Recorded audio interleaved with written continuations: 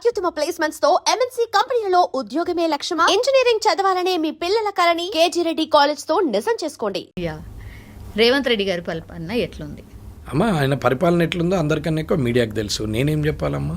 అంటే అన్స్టేబుల్ అనే చెప్తున్నా, అన్కంట్రోల్ అనే చెప్తున్నాం. రేవంత్ రెడ్డి గారి పరిపాలన గురించి నేను చెప్తామా. ఒక 55 ఏళ్ళ వయసులో ముఖ్యమంత్రి అయ్యాడు. యంగ్స్టర్, కింది నుంచి కష్టపడి పైకి వచ్చినాడు. జడ్పీటీసీ చేశారు, ఎమ్మెల్సీ ఇండిపెండెంట్ చేసి గెలిచారు, ఎమ్మెల్యేగా 2 సార్లు గెలిచారు. చంద్రబాబు నాయుడుతో అత్యంత సన్నిహితంగా ఉన్నాడు, పార్టీలో మంచి పట్టు సాధించాడు. కాలక్రమేణా అది ఇబ్బందులు వచ్చినాయి, అందరికి వచ్చినాయి, నాకు వచ్చింది, ఆయనకు వచ్చింది, ప్రతి ఒక్కరికి వచ్చింది. తెలంగాణ ఆంధ్ర విడిపోతే తర్వాత ఆయన కాంగ్రెస్లో జాయిన్ అయ్యాడు, ఎంపీ అయ్యాడు, పీసీసీ ప్రెసిడెంట్ అయ్యాడు. ఒక పక్క పార్టీలోకి వెళ్ళి వచ్చి షార్ట్ టైంలో పీసీసీ ప్రెసిడెంట్ కావడం it's a great thing. Immediate MP కావడం అంటే అది ఎవరైనా వస్తారు పోతారు, టికెట్ ఇస్తే గెలిచే అవకాశం వస్తే గెలుస్తారు, టైంను బట్టి నడుస్తుంది అనుకోవచ్చు. కానీ ఒక పార్టీలో, ఒక ప్రాంతీయ పార్టీలో ఉన్నటువంటి వ్యక్తి నేషనల్ పార్టీలో పీసీసీ ప్రెసిడెంట్గా వచ్చిర్రు అని అంటే అది గ్రేట్ అచీవ్మెంట్. నేను దానికి ఆయనను అప్రిషియేట్ చేస్తాను.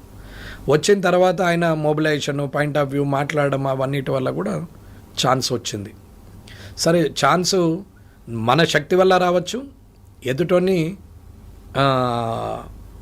దెబ్బ కొట్టడానికో ఓడించడానికో. అయితే మన శక్తితో రావచ్చు, లేదా ఎదుటోని అశక్తితో కూడా రావచ్చు. మీరు వీక్ అయితే నేను స్ట్రాంగ్ ఆటోమేటికల్. అది నేను స్ట్రాంగ్ అయితే ఆటోమేటికల్గా మీరు వీక్. ఇది అందరు గుర్తుంచుకోవాలి. అది ఒక్కడి గొప్పతనం కాదు, ఇద్దరు గొప్పతనం. ఒకడు వీక్ అయితేనే ఇంకొకడు స్ట్రాంగ్ అవుతారు.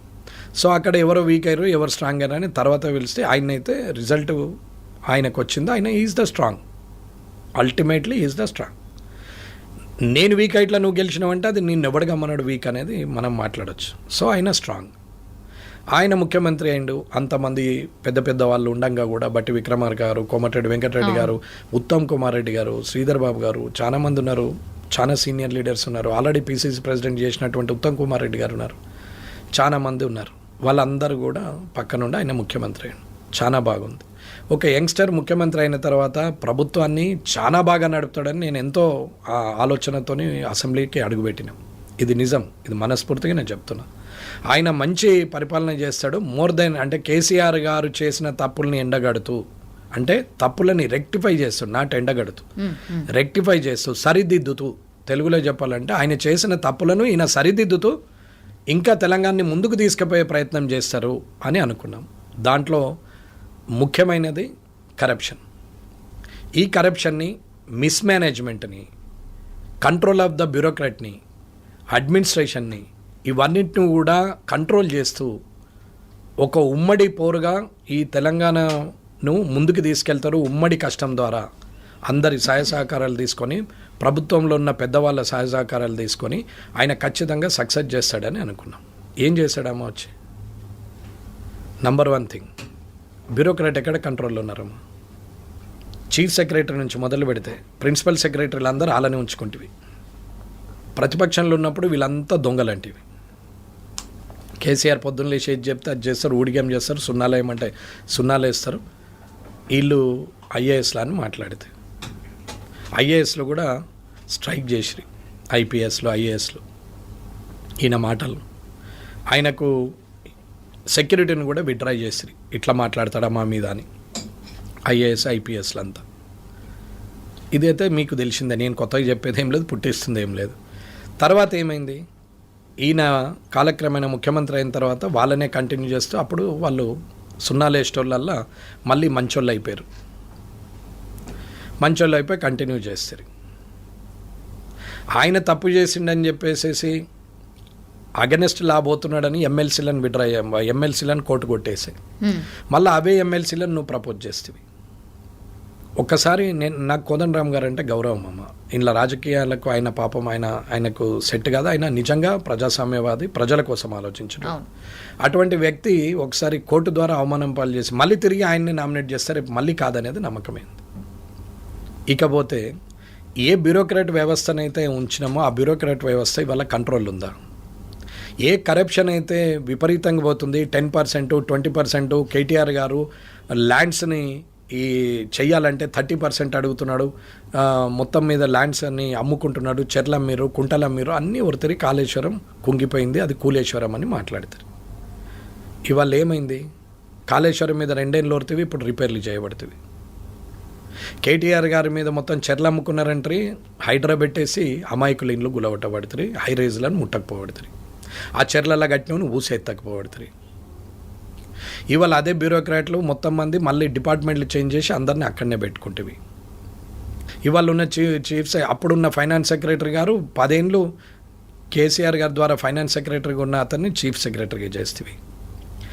ఆయనకు చీఫ్ సెక్రటరీ ఉన్న ఆమెను తీసుకెళ్ళి మళ్ళీ ఆ అమ్మను ఒక ఎక్స్టెన్షన్ దొరకలేదని చెప్పి రిటైర్డ్ అయిన వ్యక్తులు వద్దని చెప్పంగా మళ్ళీ రిటైర్డ్ అయిన వ్యక్తులను మళ్ళీ పదవులు ఇస్తేవి.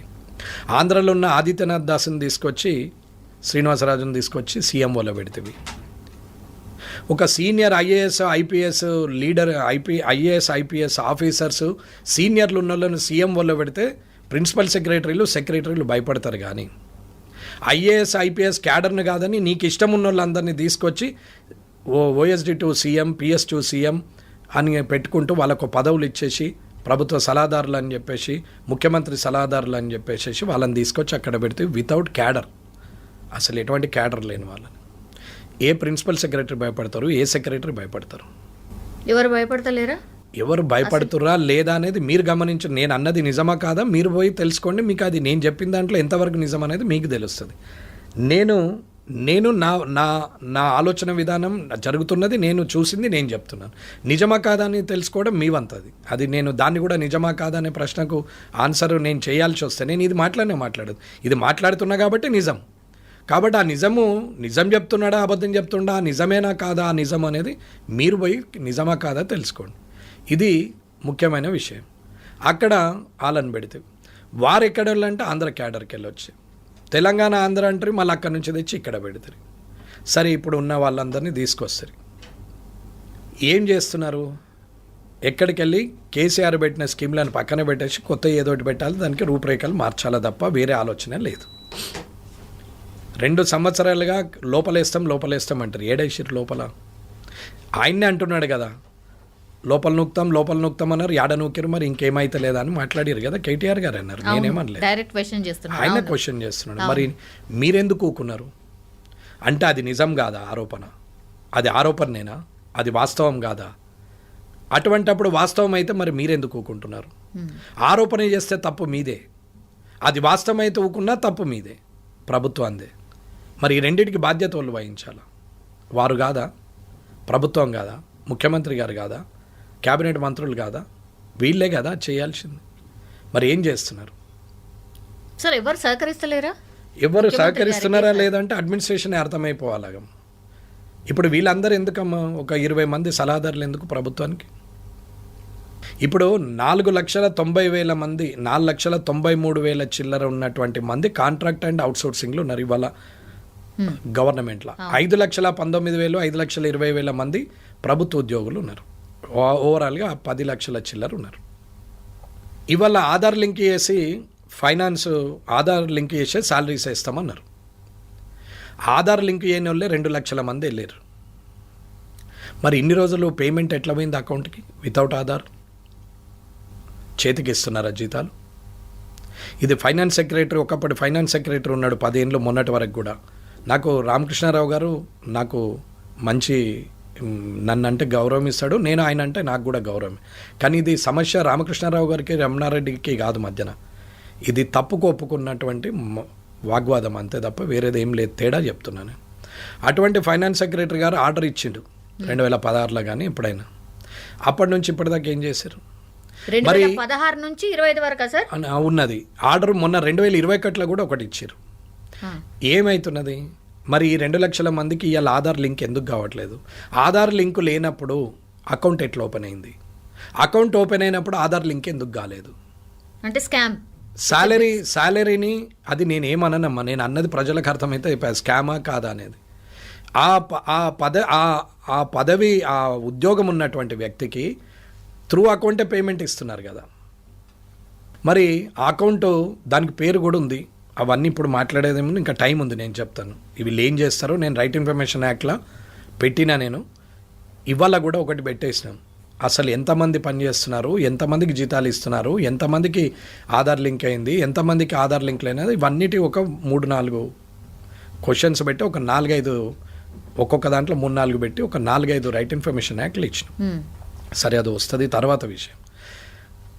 ఏ జీతం అయితే అకౌంట్లో పడుతుందో అకౌంట్లో పడ్డప్పుడు ఆ డబ్బు ఆ అకౌంట్ ఆధార్ లింక్ ఉందా లేదా, లేకపోతే అడ్డ మీద కూలీలకు వంచినట్టు నగదు క్యాష్ వంచుతున్నారా? డిజిటల్ క్యాష్ అన్నప్పుడు నీకు ఇవాళ నగదు ఎట్లా పంచుతారు? అవును, పంచడానికి వీల్లేదే. సో త్రూ అకౌంటే వెళ్ళాలి ఏదైనా, అది కాంట్రాక్ట్ అయినా అవుట్ సోర్సింగ్ అయినా థర్డ్ పార్టీ అయినా. మరి అదంతా ఏం చేశారు, ఎటుపోయినాయి ఆ డబ్బులు?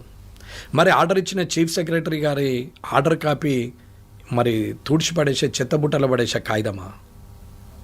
ఒక ఎంఆర్ఓ మండల్లో చెప్తే అక్కడున్న ఆఫీసర్లు కింది స్థాయి వాళ్ళు భయపడన్నా పనిచేస్తారు. ఒక చీఫ్ సెక్రటరీ చెప్తే ఇంతవరకు అది ఇంప్లిమెంటేషన్ కాలేదంటే దానికి విలువ ఉన్నట్టా లేనట్ట? ఒక సెక్రటరీ, ఫైనాన్స్ సెక్రటరీ ఆర్డర్ ఇస్తే దాన్ని ఇంప్లిమెంట్ చేయాల్సిన అవసరం ఉందా లేదా?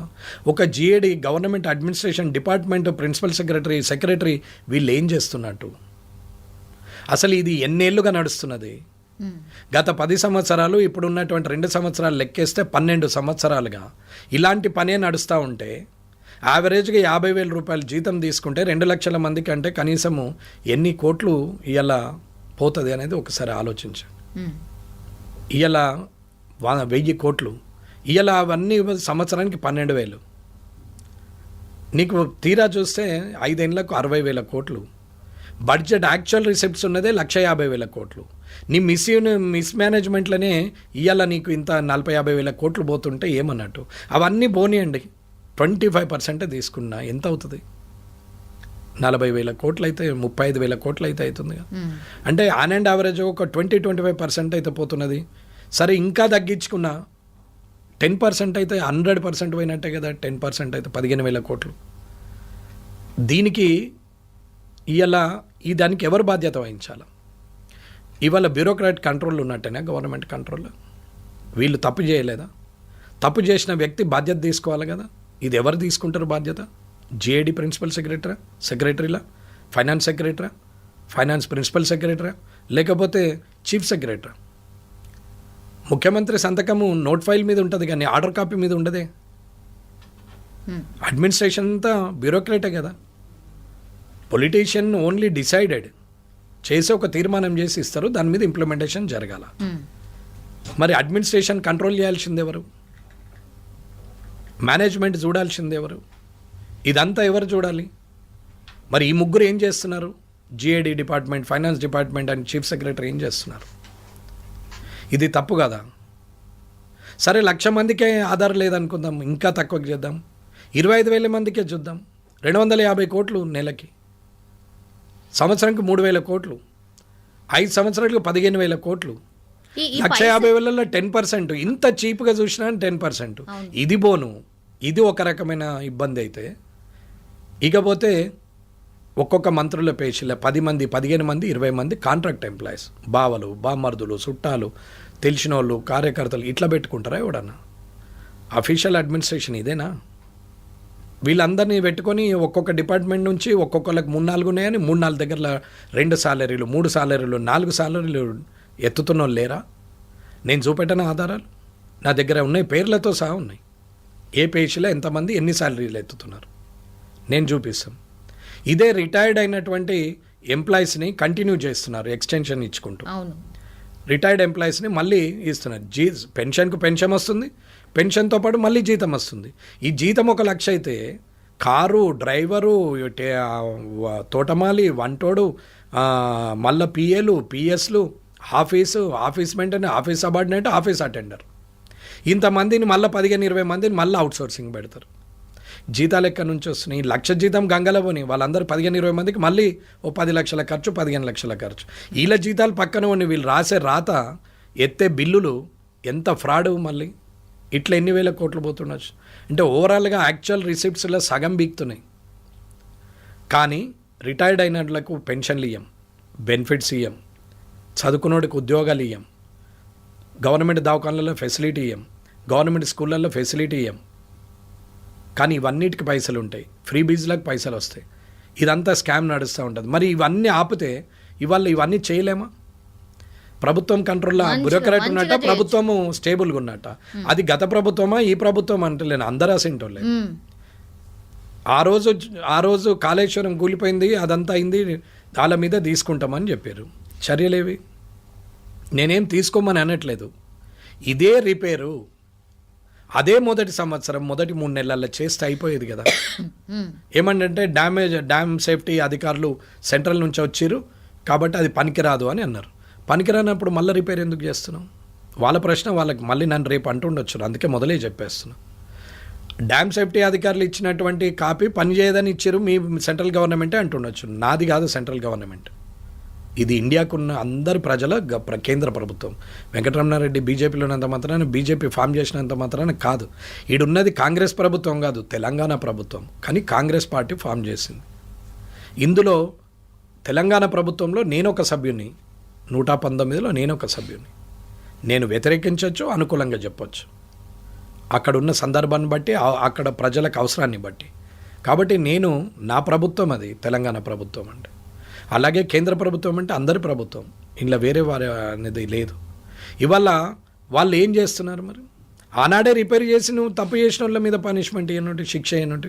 2 సంవత్సరాలుగా రైతులను అందరికీ ఇది లేదు, ఇది పోయింది, అది పోయింది, ఇది పోయింది అని చెప్పినావు. అదృష్టం మంచిగా ఉంది రైతులకు కాబట్టి, కంటిన్యూ ఫుల్ వర్షాలు పడ్డాయి కాబట్టి ప్యాడీ పెరిగింది. కాళేశ్వరం వల్ల ప్యాడీ పెరిగిందని వాళ్ళు చెప్పుకోవచ్చు, కాళేశ్వరం లేకున్నా ప్యాడీ పెరిగిందని నువ్వు చెప్పుకుండొచ్చు. కానీ ఇది నేచర్ యొక్క గొప్పతనము, ఇది రైతుల అదృష్టం అని చెప్పే నాయకుడు అయితే లేడు. అది అదృష్టం మీద నడిచినటువంటి పంట, ఆ పంట వచ్చింది. ఇవాళ దాన్ని అప్పుడు రిపేర్ చేయనుంటే ఇప్పుడు ఎందుకు రిపేర్ చేస్తున్నావు? మరి అప్పుడు డ్యామ్ సేఫ్టీ అధికారులది లెటర్ కనిపించింది, ఇప్పుడు ఎందుకు కనపడట్లేదు? సిబిఐకి సెంట్రల్కి అప్పేసినావు, అయిపోయింది, కేసు అయిపోయింది, నీ చేతిలో ఏం లేదు. ఇక నెక్స్ట్ బీసీకి 42%. నేను అది కూడా అంటున్నాను. ఎస్సీలు 2001లో సెన్సస్ ప్రకారంగా రిజర్వేషన్, అది వాళ్ళ కులగణన ప్రకారం వాళ్ళకు కూడా పెంచు. ఇప్పుడు కేంద్రం చేస్తోంది కదా సార్, ఇప్పుడు కులగణన కేంద్రం చేయబోతోంది. కేంద్రం చేయడం కూడా అదే. కరెక్ట్ లెక్కలు వస్తాయా? పోనీ అప్పటికైనా వస్తాయా? నిజాయితీ గల్ల ముఖ్యమంత్రి, ప్రధానమంత్రి ఉంటే నిజాయితీగానే వస్తాయి. ఇక నిజాయితీ లేని, నిబద్ధత లేని వ్యక్తులు ఉంటే రావు. అది ఎవరనేది అనవసరం. నేనేమంటున్నాను, నువ్వు ఒక బీసీనే పట్టుకున్నావు కదా, మరి ఎస్సీ ఎస్టీని ఎందుకు వదిలేసినావు అంటాం. ఇప్పుడు వాళ్ళని లేపాలా నేను? ఎస్సీ ఎస్టీని అసలు కులాలద్దు, మతాలద్దు, ఆర్థికపరమైన రిజర్వేషన్ ఇవ్వండి. ఎప్పుడైతే నువ్వు ఎబో పావర్టీ లైన్ అయినావో, you are belongs to open competition, ఓసీలకు వచ్చినట్టే లెక్క. మీలాగా చాలా కొద్ది మంది మాత్రమే ఆలోచిస్తారు సార్, అందరు ఇంత బ్రాడ్ గా ప్రజలందరూ ఆలోచిస్తారు. అదే తేడా. ఇక్కడ ఉన్నదంతా ఏమవుతుందంటే, నోరున్నుందే ఊరున్నది అని అన్నట్టు, నలుగురు మాట్లాడినంత మాత్రాన ఊరు మొత్తం ఒప్పుకున్నది అనేది కాదు. రాజకీయ నాయకులు, కుల సంఘ నాయకులు అన్నంత మాత్రాన పూర్తిగా ప్రజలందరూ యాక్సెప్ట్ చేసిరని కాదు. నేను మాట్లాడినంత మాత్రాన ఇది సత్యమో అనేది కూడా కాదు. అది కాదా అవునా అనేది కూడా వెరిఫై చేసుకోవాల్సిందే అని చెప్తున్నా. కాబట్టి అడ్మినిస్ట్రేషన్ ఎక్కడుంది? ఇక్కడ రిటైర్డ్ అయిన వాళ్ళను కంటిన్యూ చేస్తారు. ఇంత రిటైర్డ్ అయిన వాళ్ళకి యావరేజ్ తీసినా సార్ నెలకు 60 కోట్లు, సంవత్సరంకి 720 కోట్లు, 5 ఏళ్ళకి అదొక 3,000-4,000 కోట్లు, 3,500, 3,560, 3,600 కోట్లు. అంటే ఇట్లా అన్ని కలుపుకుంటూ పోతే యాక్చువల్ రిసిప్ట్స్లో ఎంత పోతుందమ్మా? దేనికి పైసలు లేవంటున్నారు కదా సార్. పైసలు ఇట్లా అవునమ్మా. చిల్లుకుండల నీళ్ళు నింపితే ఏముంటాయి? చిల్లుకుండల నీళ్లు నింపితే అది జనం దిక్కుపోయే పైప్ లైన్లకే పోతలేవు కదా. ఈ పొక్కలు కొట్టిందంతా మనోళ్ళే కదా, మనమేనైతే రాజకీయ నాయకులు, మీడియా వాళ్ళు, బ్యూరోక్రాట్లు అందరు కలిసి ఒకటైన తర్వాత ప్రజలకు రావాల్సిన నీళ్ళు వస్తాయా? ఒక పట్వారి, ఒక పటేలు, ఒక కర్ణము, ఒక వీళ్ళందరూ కలిస్తే మామూలునికి ఎందుకు పోతుంది భూమి? నీళ్ళు ఎందుకు పోతాయి? మొదలు వీని పంట వండినాకనే వాని పంట. అసలు ఫ్రీ స్కీమ్స్ ఉండాలనా సార్? ఫ్రీ బీజ్ ఎందుకు ఉండాలి? అవసరమే లేదు. ఎవరు అడిగారు? ఏ ఒక్క ప్రజలన్నా మాకు ఇది కావాలని అడిగినట్టు 1947 నుంచి ఇయ్యాలటి వరకు ప్రజల నుంచి వచ్చిన డిమాండ్, ఒక ధర్నా, ఒక రాస్తారోకో, ఒక ప్రొటెస్ట్, ఇది కావాలని అడిగింది ఏదన్నా ఉన్నదో నాకు చెప్పానండి. సార్ మొత్తం తీసేద్దాం సార్, మొత్తం తీసేస్తే ఎవరైనా ఓటేస్తారా? ఎందుకేరమ్మా? ఇప్పుడు ఏమన్నా నచ్చేస్తున్నారా? ఇంతకన్నా వరెస్ట్ అయితే ఉండదమ్మా. ఇప్పుడు ఏమన్నా నచ్చేస్తున్నారు అనుకుంటున్నారా? తప్పదు కాబట్టి వేస్తున్నారు. ఓట్ పర్సంటేజ్ ఎందుకు తగ్గుతుందమ్మా? ఇది అర్థం కాదా? ఓటు పర్సంటేజ్ ఎందుకు తగ్గుతున్నది? ఏ పోయేసి ఏం లాభం అంత పిచ్చోళ్ళు తిరగానే కాడికి వస్తున్నారు. ఒక ఫ్రస్ట్రేషన్కి వచ్చేసి నెగ్లిజెన్సీ మొదలైంది. 100% కావాల్సింది అయితలేదే. ఎందుకు ఓటైనోనికి స్కీములు? ఓటైనోనికి ఇండియన్ ఆధార్ కార్డు ఎందుకు? అసలు ఎపిక్ కార్డు ఉన్నోనికి ఆధార్ కార్డు ఉండాలంటే ఓటు వేయాల్సిందే. ఓటేస్తేనే నీకు కరెంట్ వస్తుంది, నీకు నల్ల వస్తుంది, నీకు రోడ్ వస్తుంది, నీకు పర్మిషన్ వస్తుంది, నీకు ఇల్లు కట్టుకోవడానికి అవకాశం వస్తుంది, నీ బ్యాంక్ అకౌంట్ ఓపెన్ అవుతుంది, నీకు జీతం వస్తుంది, నీకు ఉద్యోగం వస్తుంది, నీకు లోన్ వస్తుంది అని పెట్టిన రోజు ఓటు ఎందుకు వేయడమ్మా? ఎంత పెద్దోడైనా సరే లైన్లో నిలబడొచ్చి ఓటేస్తాడు. ఎంత ఉన్నోడైనా సరే లైన్లో నిలబడొచ్చి ఓటేస్తాడు. ఎంత ముసలోడైనా సరే లైన్లో వచ్చి నిలబడి. కానీ లేనోళ్ళే ఓటేస్తున్నారు. మీద ఇది గమనిస్తారా ఎప్పుడైనా? మార్నింగ్ 6 to 10 మొత్తం లేనోళ్ళే వేస్తారు. అవును. వ్యాపారస్తులు కానీ, సెలబ్రిటీలు కానీ, బ్యూరోక్రాట్లు కానీ, లీడర్లు కానీ, రిచ్ పీపుల్ కానీ వీళ్ళెవరు రారు. వాళ్ళు మెల్లగా వస్తారు. వస్తారు, లేకుంటే లేదు. అది కూడా అంతే కదా. వచ్చిన వాళ్ళు ఏంటంటే తప్పదు. ఇప్పుడు చిరంజీవి గారు అన్నారు, అందరు గుర్తుపడతారు. రాకపోతే ఓటేయడాని అంటారని దేవుడు అనుకుంటే వచ్చి ఓటేసిపోవాల్సి వస్తుంది. మహేష్ బాబు గారు, ఎన్టీ రామారావు గారు, మీతో ఎంతమంది వేస్తున్నారు సినీ ఫీల్డ్ ఉన్నారు? నేను ఎవరిని పేరు పెట్టి ఎందుకు చెప్తున్నామంటే ఒక ఎగ్జాంపుల్గా చెప్తున్నాం. వాళ్ళు తప్పు చేస్తున్నారనేది కాదు నా ఉద్దేశం. ఎక్కడ అవుతున్నది అది మీరు ఆలోచించి చెప్పండి. ఇది ప్రజలు ఆలోచిస్తున్నారు అని చెప్తున్నా. కానీ మనమేం చేస్తున్నాం? మనం ఏది అనవసరమో, ఏదైతే క్రిస్పీగా ఉంటుందో, ఏదైతే మనుషులు తొందరగా చూస్తారో మన టీవీని, అది మాత్రమే ప్రసారం చేస్తున్నాం. అది తప్ప వేరే చెయ్యం. ఎక్కడైతే ఒక రైతు ఆత్మహత్య చేసుకున్నాడు అని అంటే ఆయన చెయ్యం. ఎక్కడైతే పాస్బుక్ వల్ల, ధరణి వల్ల సమస్య అయింది, భూభారతి వల్ల ఇప్పటికీ ఇంకా క్లియర్ కాలేదు, రెవెన్యూ సదస్సులైనవి, అప్లికేషన్లన్నీ అట్లనే పడి ఉన్నాయి, ఇంకా ఏమీ కాలేదు, అయినా వాళ్ళ బాధలు వాళ్ళు పడుతున్నారు అన్నది ఏ ఒక్క టీవీ అయినా చూపిస్తుందమ్మా? కానీ ఒక ఇద్దరు మంత్రుల మధ్యన కొట్లాటను మాత్రం రసకందాయకంగా చూపిస్తారు. ఏమవసరం? కంట్రోల్ ఉందా లేదా అంటే అది నిదర్శనం కాదా? ఒక ఓఎస్డీ అవుట్సోర్సింగ్ అయినా, ఒక మంత్రికి ఓఎస్డీ అవుట్సోర్సింగ్ ఉంటారు. ఓ డిపార్ట్మెంట్, ఏ డిపార్ట్మెంట్, ఎండోమెంట్ డిపార్ట్మెంట్కి ఆమె మంత్రి అయినప్పుడు ఎండోమెంట్ ఇంకా 4 డిపార్ట్మెంట్లు ఉంటే ఆ డిపార్ట్మెంట్కు ఉన్నటువంటి వ్యక్తులను తీసుకుంటే ఆ డిపార్ట్మెంట్ మీద పట్టు ఉంటుంది, అవగాహన ఉంటుంది. ఎంత పిహెచ్డి చదివటానికైనా ఒక గురువు ఉంటాడు మళ్ళీ స్కాలర్కి. ఆయన చెప్తేనే ఈయన పిహెచ్డి కంప్లీట్ అవుతుంది. ఎంత మంత్రివైనా నీకు అక్కడ ఆ బ్యూరోక్రాటు, అక్కడ ఉన్న ఓఎస్డీ అనే వ్యక్తి ఉండాల్సిన అవసరం ఉంది. ఇవాళ ఎందుకమ్మా రిటైర్డ్ అయిన వాళ్ళని ఎందుకు పెట్టుకోవాలా? అవుట్సోర్సింగ్లోనే ఎందుకు పెట్టాలా? ఇప్పుడు డీజీపీ గారు ఉన్నారు, రవి గుప్తా గారు. మళ్ళీ ఆయనకి ఇప్పుడు ఎక్స్టెన్షన్ ఇచ్చి ప్రభుత్వ సలహాదారు కూడా ఇచ్చారు. ఏమ్మా రిటైర్ అయ్యింది కదా, ఎందుకు ప్రభుత్వ సలహా? నేను రవి గుప్తా గారు నాకు పరిచయమే, నేనేం తప్పు మాట్లాడట్లేదు. రామకృష్ణారావు గారు లాగా అవసరమా? మరి ఆయన ప్రభుత్వ సలహాదారు తీసుకుంటే ఇప్పుడున్న డీజీపీకి శివధర్ రెడ్డి గారు వేస్టా? డీజీపీలు ఉన్నారు, ఐజీలు ఉన్నారు, కమిషనర్లు ఉన్నారు, ఎస్పీలు ఉన్నారు, ఒక యంత్రాంగమే ఉంది. ఉండంగా మీద సలహాదారులు ఎందుకమ్మా? వీళ్ళకి తెలియదు, ఆయనకు తెలుస్తుందా? ఇప్పుడు మీరు యాంకర్గా ఉంటున్నారు, క్వశ్చన్ చేస్తున్నారు, మీ పక్కకు సలహాదారు ఎందుకమ్మా అంటే నీకు ఆయన సలహాలు ఇస్తేనే మాట్లాడతారా? అటువంటిప్పుడు మీరెందుకు? ఈ పూర్తి కూడా అర్థం కాకుండా ఇవాళ యువతను పెడదారిన పట్టించి ఉద్యోగాలు రాకుండా చేసి గవర్నమెంట్ అంటేనే విరక్తి కలిగే పరిస్థితికి తెస్తుంటే ఏం మాట్లాడుతున్నట్టు? ఈ 55 ఏళ్ళకి ముఖ్యమంత్రి గారు మీరు మీరు మీరు తేడా ఏంటి? ఆ పాలనకి ఈ పాలనకి తేడా ఏంటి? ఆ పాలన కాళేశ్వరం కట్టిరు, నువ్వు ఇప్పుడు మూసి అంటున్నావు. ఆ పాలనలో కూలిపోయింది, నువ్వు దాన్ని నడపలేదు, కేసులు అన్నావు, అరెస్టులు అన్నావు, ఏది లేదు, అయిపోయింది, ఎంక్వైరీలు లేవు. వాళ్ళు చెర్లు అమ్మిర్రు, పెద్ద పెద్ద కంపెనీలకు ఇచ్చారు. ఇవాళ ఆ కంపెనీల్లో మళ్ళీ ఆక్యుపెంట్ సర్టిఫికెట్లు మళ్ళీ ఇది ప్రభుత్వం ఇస్తుంది, పర్మిషన్లు ఈ ప్రభుత్వం ఇస్తుంది.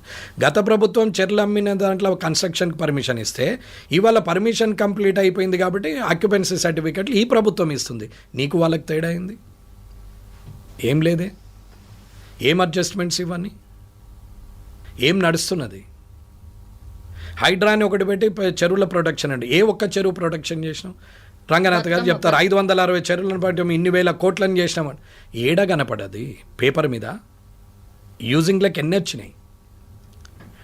డిస్మెటల్ చేయడం 2 నిమిషాలు, కన్స్ట్రక్షన్ చేయడం ఎంత? అది డిస్ట్రక్షన్ ఫ్రాక్షన్ ఆఫ్ సెకండ్స్, అవును.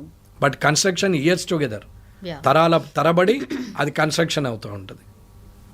నేనేది గులగొట్టమని చెప్పట్లేదు, అసలు ప్రొటెక్ట్ ఏది చేశారు? ఊరవతలనే చెర్లను ఫస్ట్ ప్రొటెక్ట్ చేసిరా? అసలు నాలా ఏంది? అసలు పర్మిషన్ ఇచ్చేటప్పుడు నాలా ఎక్కడుంది? అసలు నువ్వు ఏం చేస్తున్నారు? ఇన్ఫ్రాస్ట్రక్చర్ ఎక్కడిది?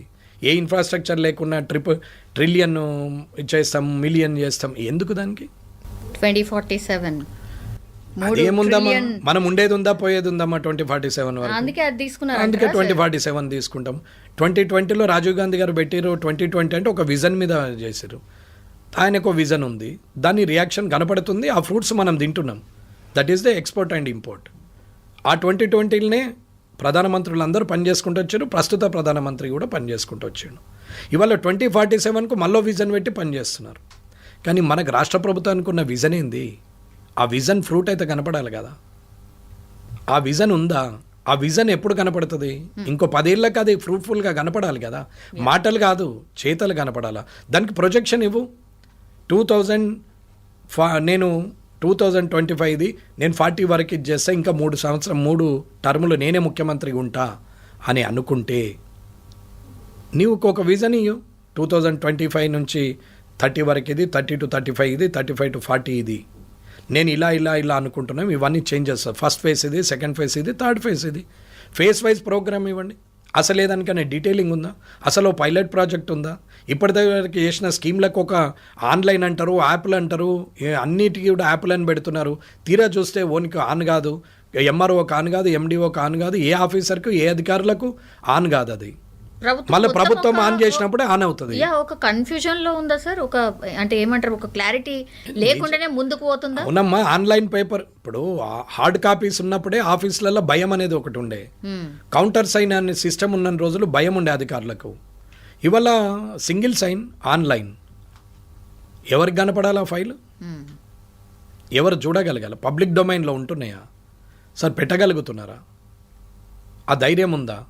ఉంటే కులగనేది కులాల వైజు పెట్టినవా?